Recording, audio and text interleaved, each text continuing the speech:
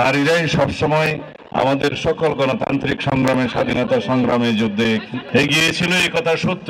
ঢাকা বিশ্ববিদ্যালয় আন্দোলন সংগ্রামের সূতিকাগার হিসেবে সকল সময়ে সকল সংগ্রামে সামনের সারিতে নেতৃত্ব দিয়েছে নারীরা, এই কথা সত্য।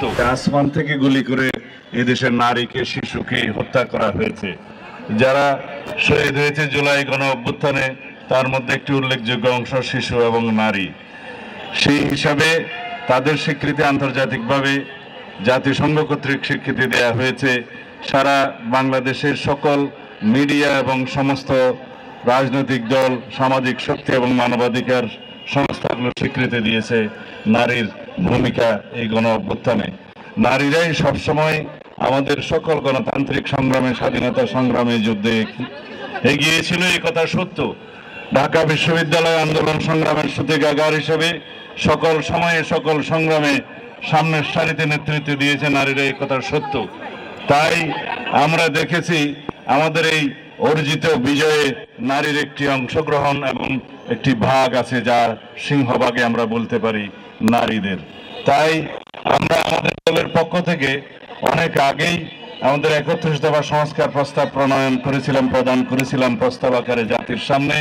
তার মধ্যেও আমাদের প্রতিশ্রুতি আছে এবং বর্তমান গণ আকাঙ্ক্ষা অনুযায়ী জুলাই গণ অভ্যুত্থানের শহীদের প্রত্যাশা এবং আকাঙ্ক্ষা অনুযায়ী আমরা নারী সহ সমাজের অন্যান্য অংশের যে ক্ষমতায়নের জন্য আমরা প্রতিশ্রুতি দিয়েছি, তার মধ্যে অন্যতম হচ্ছে যে নারীদের ক্ষমতায়ন করা হবে সাংবিধানিকভাবে, সংসদীয়ভাবে এবং আইনিভাবে, প্রাতিষ্ঠানিকভাবে সমাজের সর্বক্ষেত্রে নারীদেরকে ক্ষমতায়ন করা হবে এবং সেই ক্ষমতায়নের হার পূর্বের তুলনায় বৃদ্ধি পাবে।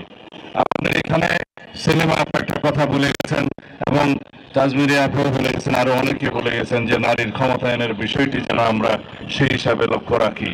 আমরা সাংবিধানিক সংস্কার কমিশনের মধ্যে আমরা আমাদের যে প্রস্তাব দিয়েছি এবং অন্যান্য দলও দিয়েছে, আশা করি আমরা সংসদে নারীদের সংখ্যা বৃদ্ধির মাধ্যমে তাদের একটি সংসদীয় নারীর ক্ষমতায়নের দিকে আমরা আরো বেশি ভূমিকা রাখব।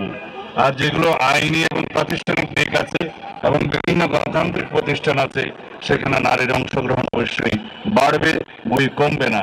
যে দেশের এবং সারা বিশ্বের অর্ধেক জনসংখ্যা নারী, সেই নারীদের সমৃদ্ধি এবং অগ্রগতিকে যত বেশি আমরা এগিয়ে নিয়ে যাব, সারা বিশ্ব এবং দেশ সেই হিসাবে এগিয়ে যাবে এবং এটা আমাদের অবশ্যই করতে।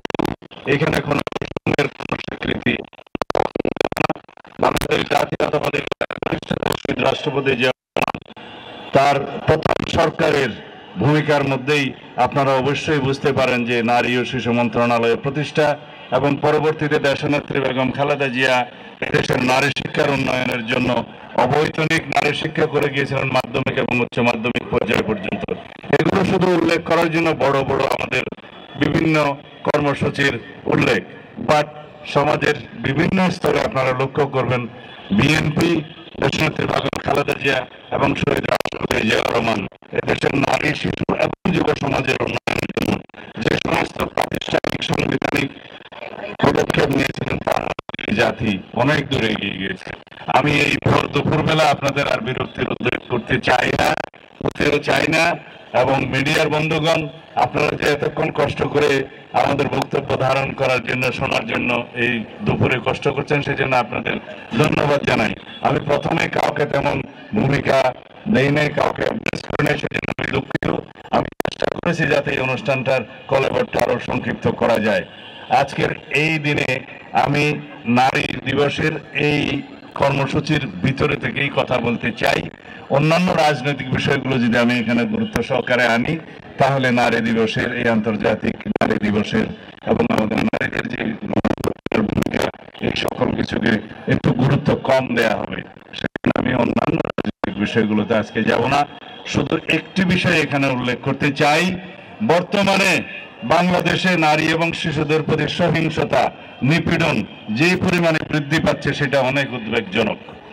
আমরা এর তীব্র নিন্দা এবং প্রতিবাদ জানিয়েছি দলীয়ভাবে, নিজে আমি ব্যক্তিগতভাবে আজকে জানাই। অবশ্যই এই সরকারকে এই সমস্ত কিছু খুব কঠোর হস্তে দমন করতে হবে। বাংলাদেশের এই নারী নির্যাতন এবং শিশু নির্যাতনের যেই উদ্বেগজনক হার বাড়ছে, সেটা যদি আমরা এখনই রুদ্ধ করে না দিতে পারি, তাহলে দেশের ভাবমূর্তি দেশে এবং বিদেশে পূর্ণ হবে। সেই দিকটা লক্ষ্য রেখে আমি অন্তর্বর্তী সরকারের সংশ্লিষ্ট সকল কর্তৃপক্ষ, সকল আইন প্রয়োগকারী, সকল সংস্থাকে অনুরোধ করব, আপনারা সুষ্ঠু তদন্তের মাধ্যমে প্রত্যেকটি ঘটনার উন্মোচন করুন এবং এর মধ্যে প্রকৃত ফ্যাসিবাদের দোষরদের কোনো কার কাজও আছে কিনা, কোনো কারসাজি আছে কিনা, কোনো চক্রান্ত আছে কিনা আপনারা বের করুন। বাংলাদেশের পরিস্থিতি যাতে আর কোনোভাবে অস্থিতিশীল না হতে পারে এবং বাংলাদেশের ভাবমূর্তি যাতে দেশ এবং বিদেশে আর ক্ষুণ্ণ না হয়, সেই দিকটা আপনারা লক্ষ্য রাখুন। কঠোর হস্তে বাংলাদেশের আইন শৃঙ্খলা পরিস্থিতি নিয়ন্ত্রণ করুন।